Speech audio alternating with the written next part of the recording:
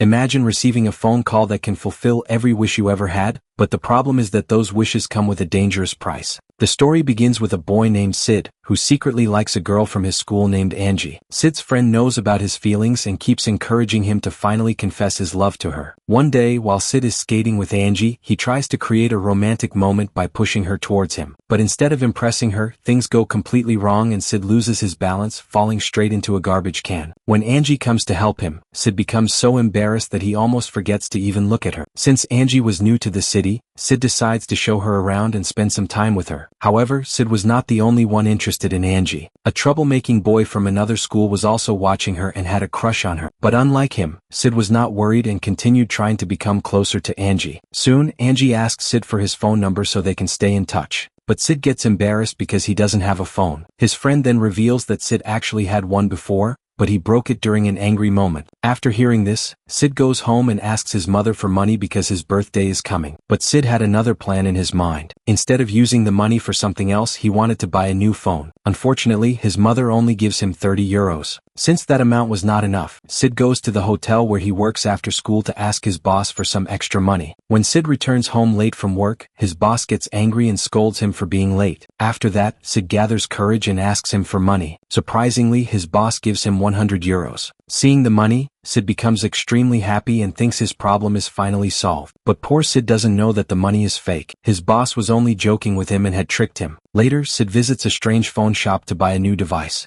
The shopkeeper shows him different phones, but Sid cannot afford any of them because he only has 30 euros. Then the shopkeeper brings out a mysterious box and gives it to him. Inside the box is a strange phone. As soon as Sid opens it, smoke starts coming out and a glowing red phone appears. The phone looks unusual, and the most mysterious thing about it is that it has 2 small horns on it. Without thinking much, Sid immediately gives his money to the shopkeeper and takes the phone. But after leaving the shop, he realizes the phone is not working. Angry and confused, Sid returns to complain and asks for his money back. However, the moment he shows the phone to the shopkeeper, it suddenly starts working. The phone even takes a picture of Sid by itself. When the shopkeeper realizes the phone is actually working, he changes his mind and wants the phone back. He tries to take the phone from Sid, but Sid refuses and runs away with it. The next day at school, everyone is talking about a girl who was selected for a hair advertisement. She was actually Angie's friend because she had beautiful hair. Sid approaches Angie and proudly shows her his new phone, asking for her number. But before Angie can react, her friend starts making fun of Sid and his strange phone. Suddenly, the phone takes a picture of the girl by itself. Later, in the science lab, some students start teasing Sid's friend, which leads to a fight. Sid gets involved while trying to defend him, and eventually the teacher punishes everyone who participated in the fight. But something strange happens afterward. While Sid is still in the lab, his phone suddenly calls someone without him touching it. The person on the other side is the same girl from the hair advertisement, Angie's friend. The phone somehow causes her hair to catch fire, but she has no idea what is happening. She just feels heat and wonders why the lab suddenly became so hot. Everyone panics and quickly covers her head with a cloth to put out the fire. The principal calls her into his office to ask what happened. The girl explains that she only received a phone call and after that, she doesn't know what happened. But the strange part is that the principal doesn't even punish her. Instead, he sits there talking to a fish inside his office as if everything is normal. Meanwhile, Sid is sitting at home practicing how he will finally tell Angie about his feelings. Suddenly his phone rings. When he answers, he realizes that the phone itself has called Angie. Angie says, "Hello Sid," and Sid gets shocked. He quickly says that he was only practicing and didn't mean to call her. The next day at school, Sid tells his friend that his phone is making calls by itself. While they are discussing it during class, the teacher notices them. The teacher angrily comes to Sid, hits his head lightly, and asks him a question from the lesson. Sid doesn't know the answer at all. But then something unbelievable happens. The answer starts appearing on Sid's phone screen by itself. His friend notices it too and is shocked that the phone is helping him. The teacher sees the phone and immediately grabs it from Sid's hand, throwing it away. After class, Sid goes to pick it up, expecting it to be damaged, but the phone is completely fine. Both Sid and his friend are confused about how the phone knew the answer. The next morning, when Sid wakes up, the phone surprises him by wishing him a happy birthday. Sid becomes confused because he never entered his birth date into the phone. When he meets his friend, he tells him about it. His friend believes something is wrong with the phone and tells Sid that he should throw it away. But then his friend gets another idea. He says if the phone is really powerful, maybe it can remove their punishment from the lab fight. As soon as he says this, Sid receives a call from the principal's assistant. She mistakes Sid for the principal and starts talking to him. Using this opportunity, Sid cancels their punishment punishment and even orders food for himself. Soon, the food actually arrives, and Sid and his friend become extremely excited after seeing that the phone's power is real. Meanwhile, the teacher who threw Sid's phone earlier is sitting in class and making fun of him. Later, when Sid and his friend are sitting together in a club, his friend asks to borrow the phone. He says he wants to use it to bring his parents closer.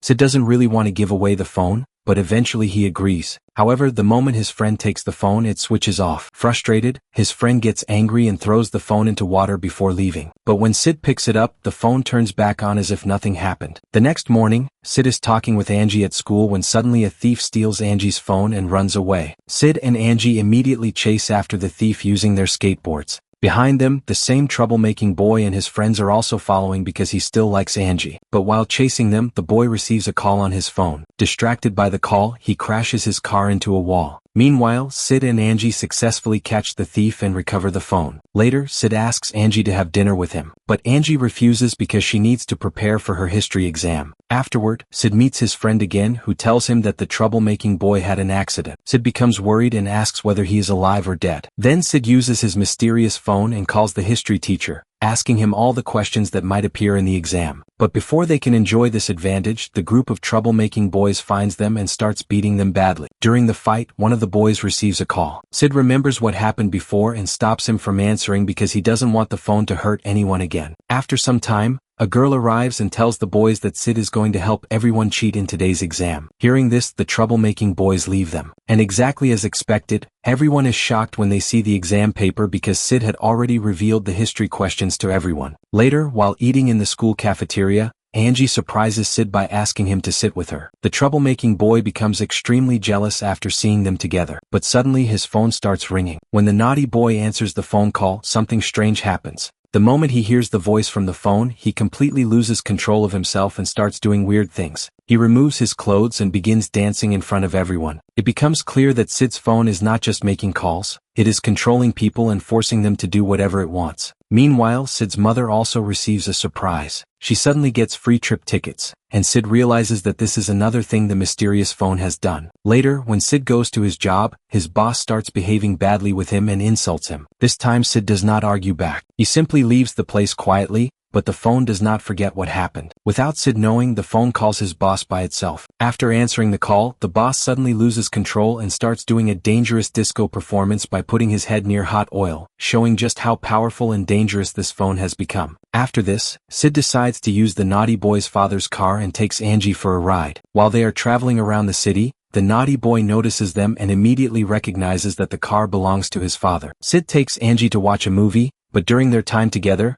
Angie discovers the truth that the car does not belong to Sid and that he is not actually rich. However, instead of getting angry, Angie doesn't care about the money or the car because she likes Sid for who he is. When Sid starts telling Angie about his mysterious phone, he suddenly remembers that he accidentally left the phone inside the car. Sid quickly goes back to get it, but when he reaches there, the naughty boy and his friend are already waiting. They attack Sid badly, beat him up, and take both the car and the phone away from him. After the attack, Sid returns injured and Angie helps clean his wounds. Meanwhile, inside the stolen car, Sid's phone suddenly starts ringing. The naughty boy's friend answers the call, and as soon as he picks it up, he is forced to jump out of the moving car. At first, it looks like he survived without any injury, but moments later, a truck comes from the road and hits him, killing him instantly. Because of this incident, the police arrest Sid and Angie. The naughty boy tells the police that Sid is controlling people with his phone and forcing them to do dangerous things. Later, inside the police station, the inspector starts questioning Sid. But before anything can happen, the phone suddenly rings again. The inspector answers the call, and after listening to it, he starts smiling strangely. Then he releases Sid without asking any more questions and even returns his phone back to him. After leaving the station, Sid hears more bad news. His boss has also suffered because of the phone and ended up putting his head into hot oil. Now Sid finally understands that the phone is not a gift. It is a dangerous object that can destroy anyone around him. Sid looks at the phone and asks why it keeps hurting innocent people and why it does these terrible things. The phone gives a shocking reply. It says, "I love you." Sid becomes even more scared and tries everything to destroy the phone,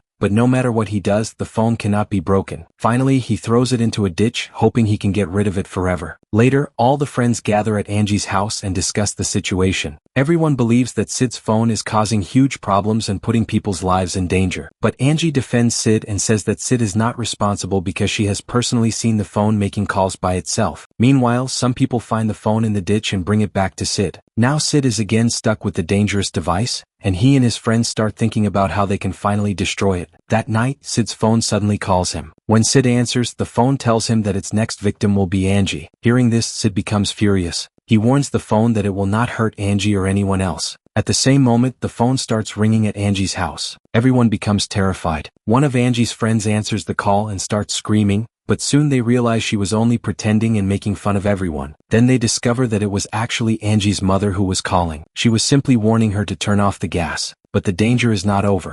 Another phone starts ringing, and this time one of the girls answers it. The phone takes control of her mind and she ends up harming herself with a knife. At the same time, the naughty boy, who is also under the phone's control, attacks another girl by throwing boiling water at her. Even Angie's dog starts attacking the naughty boy's friend. Just then, Sid and his friends finally arrive at the house. They see complete chaos everywhere. Angie is struggling with her own mother, who has also been affected by the phone. The naughty boy attacks Angie's mother and knocks her unconscious. Everyone realizes that the phone has taken control of too many people. Sid and his friends decide that there is only one solution left. They have to destroy the phone. They take the phone to a machine that can break it, but the naughty boy, still controlled by the phone, blocks their way. Sid faces him while the others try to figure out the password needed to activate the machine. The naughty boy grabs a chainsaw and moves towards Sid, planning to kill him. But because he is still being controlled, things go wrong and he ends up dying himself. Finally, they enter the password and put the phone inside the machine. The phone gets completely destroyed. But after some time, Sid suddenly returns to his normal state, as if the phone's control over him has disappeared. Sid, Angie, and their friends then take the broken phone situation back to their school. But the moment they arrive, the phone starts ringing and calls every student at the same time. Angie immediately tells everyone not to answer the calls. However, the principal, who is already under the phone's control, walks forward and places the phone near a teacher's ear. The teacher immediately suffers the consequences and dies, causing all the students to panic. Now thousands of people become angry and want to attack Sid and Angie because they believe everything is happening because of them. At that moment, Sid gets an idea. He decides the only way to stop the phone is to freeze it completely. He puts the phone into liquid nitrogen. But the principal, still controlled by the phone, tries to remove it. Before he can succeed, Sid's friend grabs the phone. A boy tries to place the phone near Sid's friend's ear so that he will also become controlled. But Sid's friend manages to throw the phone into the tank. The phone freezes completely. Then Sid's friend reveals that he had already protected himself by putting cotton in his ears, so the phone could not control him. Finally, Sid hugs his friend, and Angie also confesses her feelings to Sid. The three of them take the frozen tank containing the dangerous phone and throw it into the sea, hoping it will never return again. And with this, the story of the movie Hell Phone comes to an end. After seeing everything that happened, would you still want a phone that could fulfill all your wishes?